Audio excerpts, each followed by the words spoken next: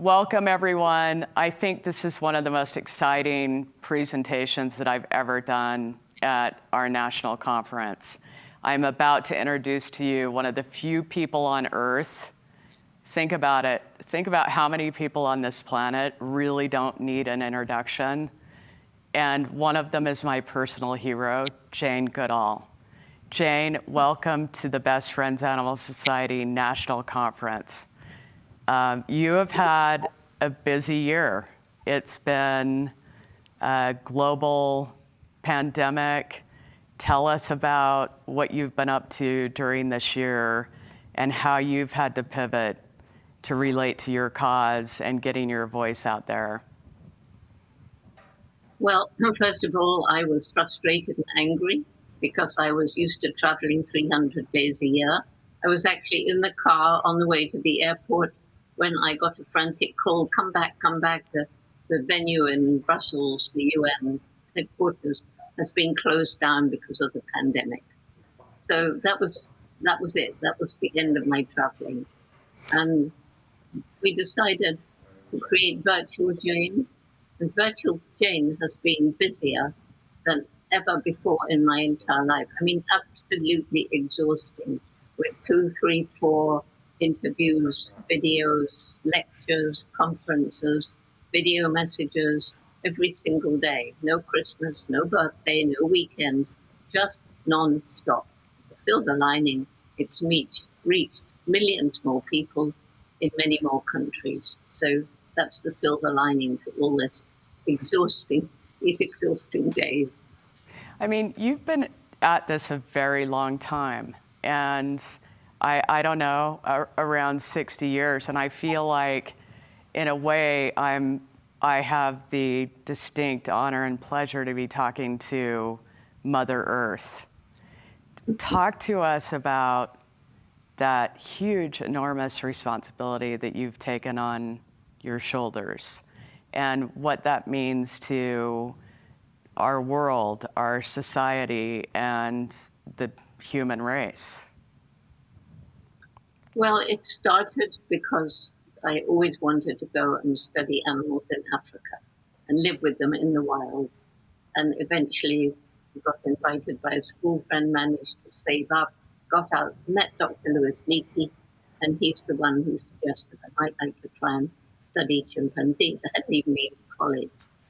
So because he chose for me the animal most like us, our closest living relative, I was amazed to see how like us they are in so many ways. And after 1.5 years, he got me a place at Cambridge University in the UK for a Ph.D. in ethology. I didn't even know what ethology was. Get to the university and I'm told I've done everything wrong. Chimpanzees should not have names, it should be numbers. That's scientific. You can't talk about them having personality, minds capable of problem solving, and certainly not emotion, because those are unique to us. But luckily, I'd been taught by my dog as a child that that wasn't true. And so I just went on quietly talking about the things that I knew were true. And my first husband, Hugo's documentary footage, started circulating. So in the end, the professors just had to agree that we're not the only beings of the planet with personalities, minds, and emotions. And so for a long time, the best days of my life were out in the forest with the chimpanzees. But then in '86, when I realized they were vanishing across Africa, forests were being destroyed. And when I saw the horrendous behavior that they were forced to endure in the medical research labs, in 5-foot by 5-foot cages, I had to go in and see that with my own eyes, because I don't think you can talk about something unless you've seen it first. It was so shocking. So I went to that conference as a scientist, because I had my PhD by then. I left as an activist, and I haven't been more than 3 weeks at anyone's race until now, ever since that time. I didn't take this responsibility on. It's something that descended upon me. I could do nothing about it. I think one of the things that I find so incredibly admirable about you, and I think many in animal welfare would feel the same, not just in our movement, but across the planet, is that you really bucked convention. Here you were, this 26-year-old woman, you were too young, you were a woman, you didn't have enough experience, you were doing things against convention the wrong way, and you just said, I don't care. I'm gonna do what I feel is right, and I'm gonna let this guide me. And I think you have had a greater impact on how we think about animals and how we think about their intrinsic value than almost any other single human who has walked the earth. And talk to us about, I think about the young Jane, the 26-year-old bright-eyed woman who broke out and said, this is what I want to do.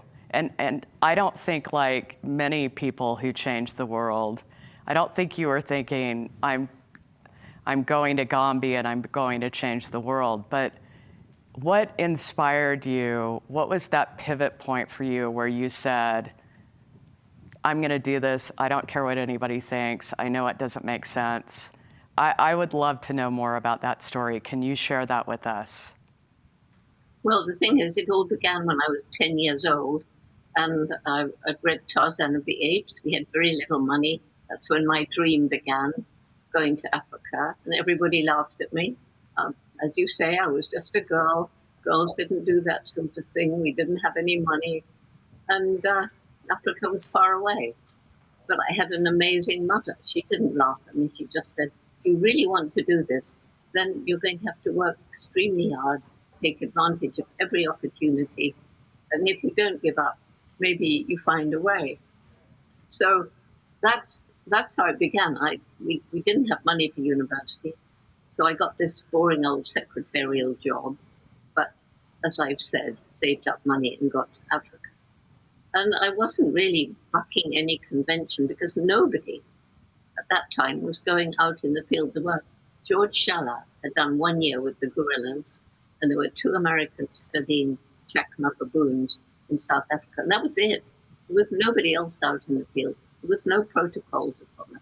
So I just worked the way that I had as a child outside in the garden here. I'm in the house I grew up, and I watched the birds and the squirrels and the insects, and I knew that to find out about them, I had to get their trust. So I did the same with the chimps. It took a long time. They're very mistrustful. They ran away. And I was getting really worried. There was only money for 6 months. It's pretty amazing to get any money for those young, untrained girls. And so, it was a whole series of amazing things that set me on this path. And when I began, no, indeed, I hadn't any thought except I will find out as much as I can about the chimps. I don't want to let Louis Leakey down. And once I got to know them, then how incredibly fascinating to have this opportunity of learning about these different individuals and their complex social lives. And as I've said, how like us they are. So one thing led to another. It just as though the path was laid out for me, and all I had to do was make the right choice at the right time, and I think I did. So you talk a little bit about your dog Rusty. When you were a child, you had a dog Rusty that you learned so many different lessons from. Tell us about Rusty and. There's Rusty. Bring it in more toward your face, so we can see Rusty. Oh wow! Oh, that's amazing. He was a mutt. Okay, so that was Rusty. You can't share your life in a meaningful way with a dog, a cat, a rabbit, a guinea pig, a horse, a bird, and not realize that, of course, we're not the only beings with personalities and minds and emotions.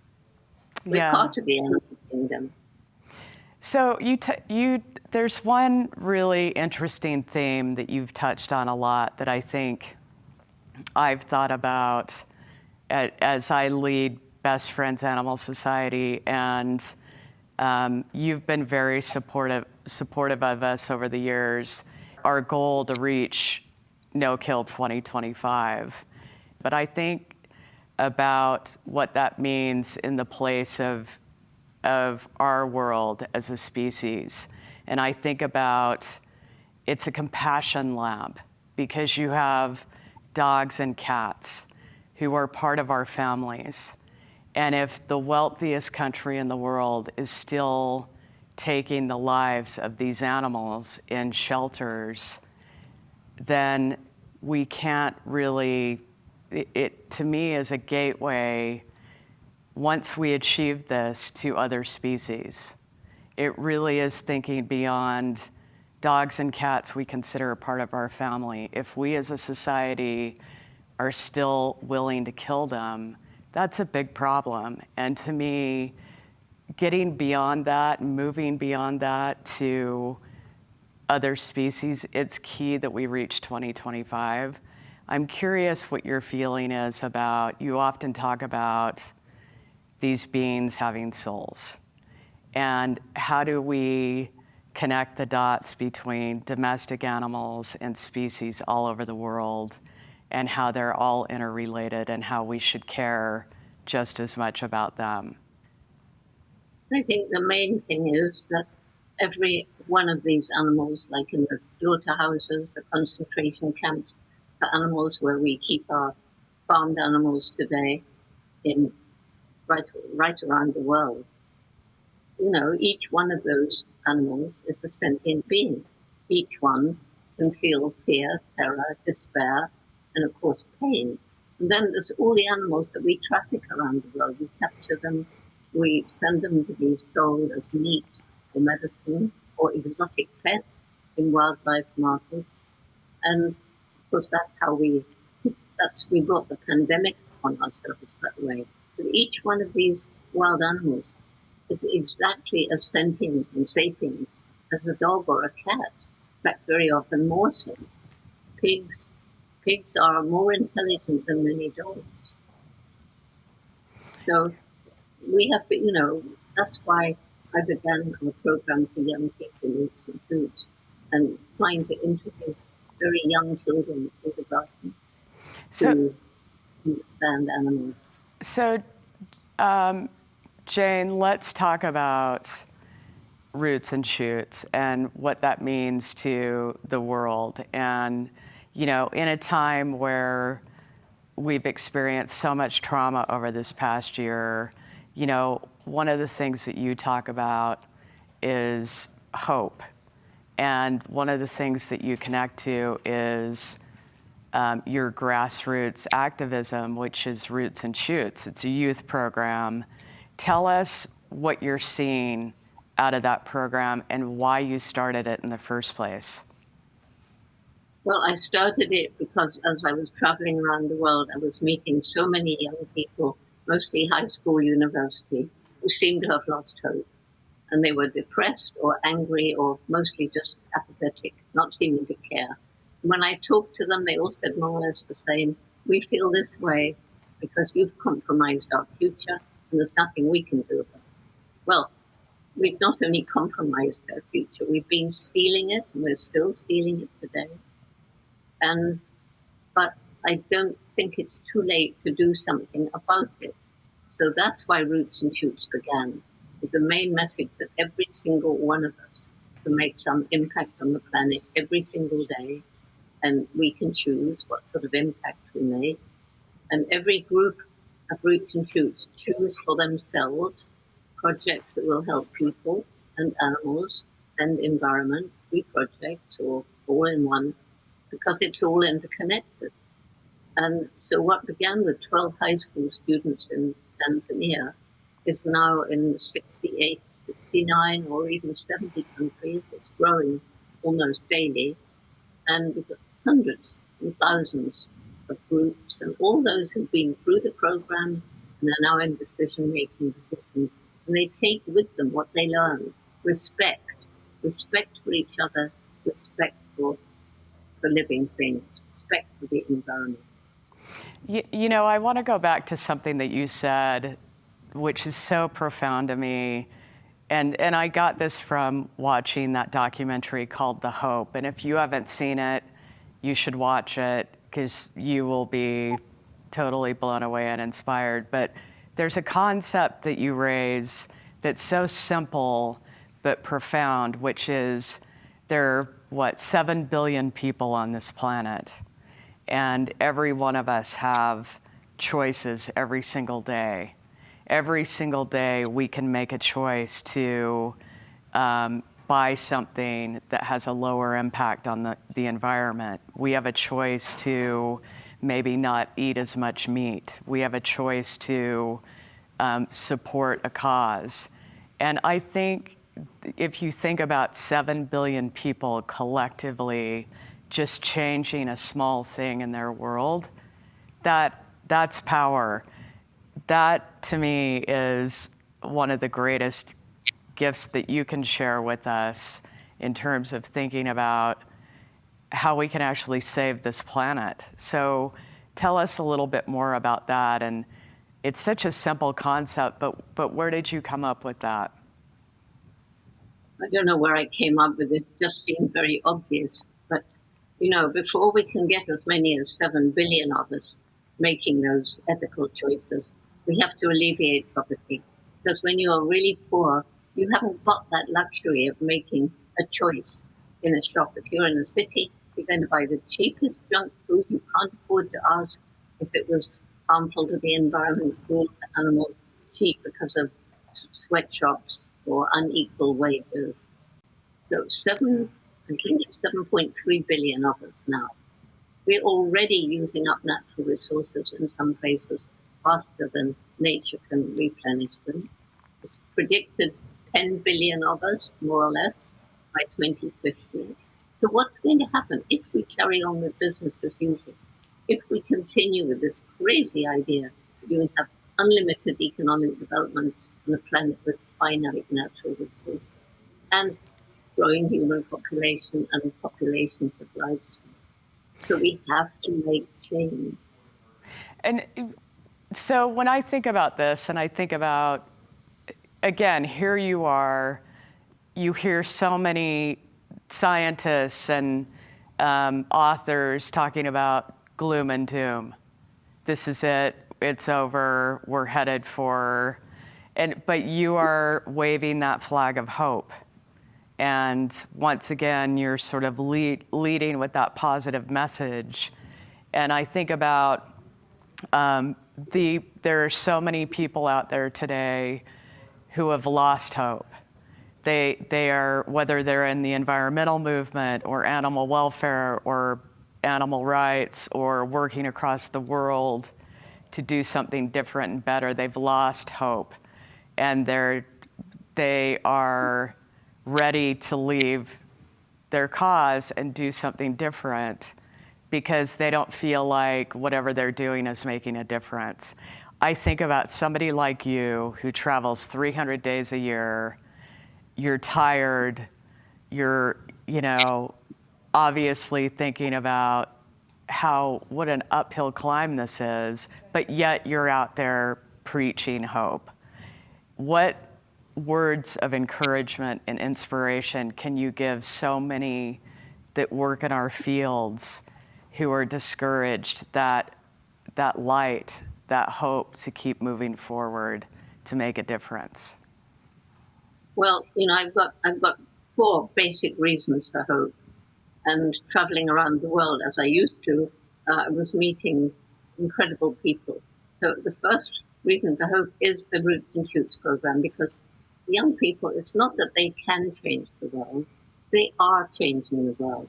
The projects they choose, the energy and effort and commitment, and in some countries, courage that they put into doing what they do, is amazing. They're making a difference.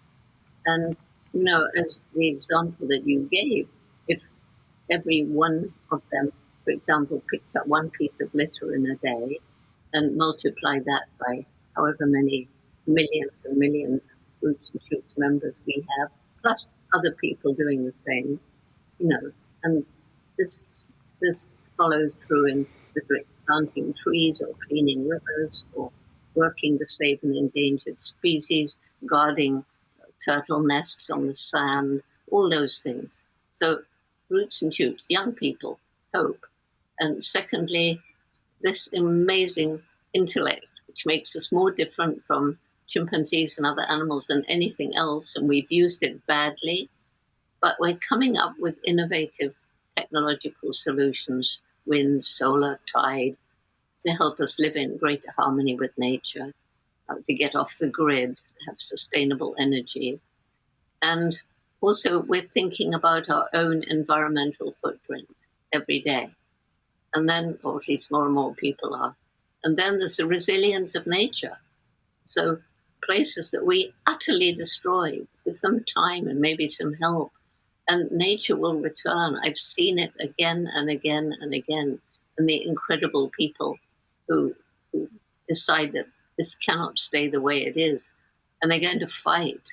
And that's the final reason, the indomitable human spirit, the people who tackle these projects that seem impossible. I mean, think of the people tackling human rights. Think of the indigenous people in the Amazon fighting to save their home territories. Think of the people who decide that they're just going to do something to make change in a place where other people say it's hopeless. And the point is that once you take action, this is what I tell depressed people, choose something to do that you do care about and that's doable locally. Get a group together if you can. Once you take an action and see that you're making a difference, then that gives you hope. And the more hope you get, the more you want to tackle. And the more you tackle, the more you inspire others. But if you lose hope, then what's the point? I mean, if you don't think that what you do is going to make a difference, you might as well eat, drink, and be merry, for tomorrow we die. And so giving people hope to me is absolutely key to our survival on this planet. Well, you have this great quote, and it goes something along the lines of, and it's something I think from your mother, which is, if you turn your hand to the plow and you turn... My grandmother's. I'll let you finish because it's so poignant. Yeah, once you've set your hand to the plow and turn back, you're not fit for the kingdom of heaven. But, the problem that's gone wrong, here we are, this most intellectual creature to ever walk the planet, destroying our only home. But what's gone wrong? And I think what's happened is that there's a disconnect between this clever brain and the human heart, where we poetically seek love and compassion. And I truly believe only when head and heart work in harmony can we attain our true human potential. And one thing that we've lost, and we're losing it fast, is our connection to the natural world. We're part of it. We're not separate from it. We depend on the natural world for food, for clothing, for shelter, for everything. But we depend on healthy ecosystems. And I like to think of an ecosystem, say a forest. Well, it's like a beautiful, amazing tapestry of life. And if one little species goes extinct, it may seem not important, but maybe it was the main food of another species, and so on, and so on, and so on. And every time the species goes extinct, a thread is pulled from that tapestry. And if too many species go extinct, then the tapestry will hang intact. And that's the end of an ecosystem. As I say, we depend on healthy ecosystems. So we have to make change. But the other aspect, which I feel very strongly, not just connection with nature, but a spiritual connection with nature. We're not just brains. We're not just science. We also have a spiritual side to our nature, which I feel very, very strongly when I'm out in the forest or in some other wild place. And it's that, I think, that gives me the commitment and the energy and the strength to keep going, because I care, and I care passionately. So one of the one of the first people ever to look across the aisle and say, I'm actually going to partner with somebody I have totally different beliefs than, may even be an adversary. It is not how the human heart tends to function. It's not how our brain tends to function. I love the story about you partnering with Conoco. It was one of the first partnerships with a big extraction industry, scorched the earth, and here you are. You took a lot of heat for that because it didn't align with your values, but you saw beauty in a partnership where the only way we're going to get them to change is by sitting down and talking and having a conversation and doing something together. And you look at that, that's transformative change. So tell us a little bit about that story. Well, I was out in the Congo and we had rescued a number of orphan chimpanzees whose mothers had been shot for bushmeat. And we had nowhere to keep them. They were in somebody's backyard. And as more baby chimps were rescued, it became impossible. Conoco was out there. And Conoco was the most environmentally sensitive oil company I have ever met. And also, I thought to myself, I thought this whole thing through very carefully. I fly out to Africa. I drive in a car. I am buying the products of these oil companies. And yet, I'm not going to take money from a company that's trying to do better. So let's work with the company and take their money, which will help with things. And by working with them, perhaps push them a little further and perhaps make other people realize these companies can change. It was a much harder fight to change the people working in the labs. Going into those medical research labs, seeing the horrible conditions. I mean, think of your closest relative, a highly social, intelligent being, confined to a 5 foot by 5 foot cage, alone, with nothing in there except maybe a motor tire. Going into it was one of the worst things I've ever had to do. And afterwards, I sat down with the heads of National Institute of Health. I didn't plan it, but they were all sitting around a table waiting for me. And I realized with horror they were waiting for me to speak because I was all emotional. So I didn't know what to say. So I said, I imagine you're all caring and compassionate people like me and therefore feel much as I do about the conditions in their silence. They could hardly say they weren't caring and compassionate. And then I didn't attack them. I talked to them about the Gombe chimps, how the young ones play, how they rest on the forest floor or in leafy nests, how they spend hours gently grooming each other. And so I left them with this contrast because a lot of cruelty is due to ignorance, and that I found out to be true. But when I left that meeting, which led to us agreeing to bring in some other people and have a big meeting, a lot of animal rights people refused to speak to me. How could you sit down with those evil people? And as you said, how can you expect people to change if you don't talk to them? Both of those stories are so transferable to so many different things that we are involved in every single day. And I think what again, very innovative approach. What year was that you were relating to Conoco and then the laboratories? Well, the labs were both of them, about 1987. It was so early on, and just really hearing that groundbreaking attempt to solve a problem differently. It's so cool. It's so inspiring. I think everybody that's worked in this field would say they are incredibly special beings, and somehow they know they've been rescued. And I would love to hear your perspective on the why behind that. Why do you think that? You hear that again and again from people who have rescued an animal. They somehow know. What does that mean to you? Well, I think they know because there is a level of communication between us and animals, probably between animal and animal, and we can make it work between human and human too.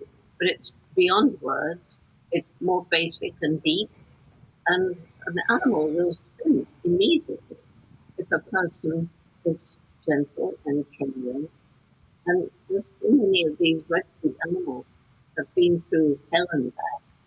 The feeling for them, once they get over this terror that something terrible is going to happen. And I know a lot of rescued animals take a long time before they relax. But once they realize that things have changed, then there's this empathy between them. And it really is empathy. And that's true. Well, this has absolutely been one of the highlights of my career, to spend time with you, sit down with you, talk to Mother Earth. I think it's terrific that we look at our current situation, and a strong woman like you is leading the charge to save the planet. And it's such an honor. I cannot wait to read your upcoming book, Book of Hope, that's coming out this fall. Can you say a few words about that and give us a little teaser about what that looks like?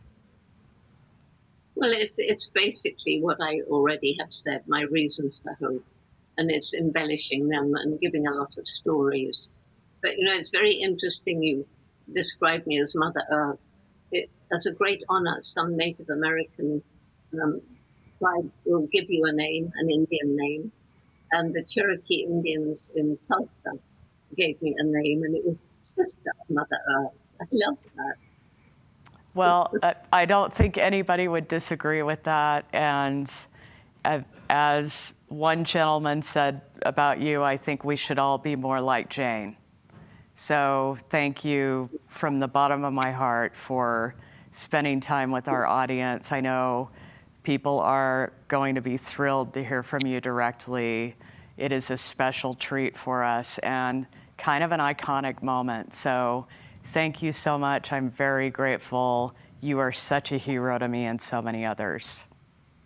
Well, I have to say that, all of you, the audience, everybody in your organization, you're all heroes and heroines too, because think what you're doing for others. Think of the misery that you've alleviated. Think of all those happy animals now who would have been either still cowering in terror and filth or even dead. So keep it up, and anything I can do to help, I always will. So thank you for inviting me to talk. Thank you, Jane, very much. Okay, bye everybody.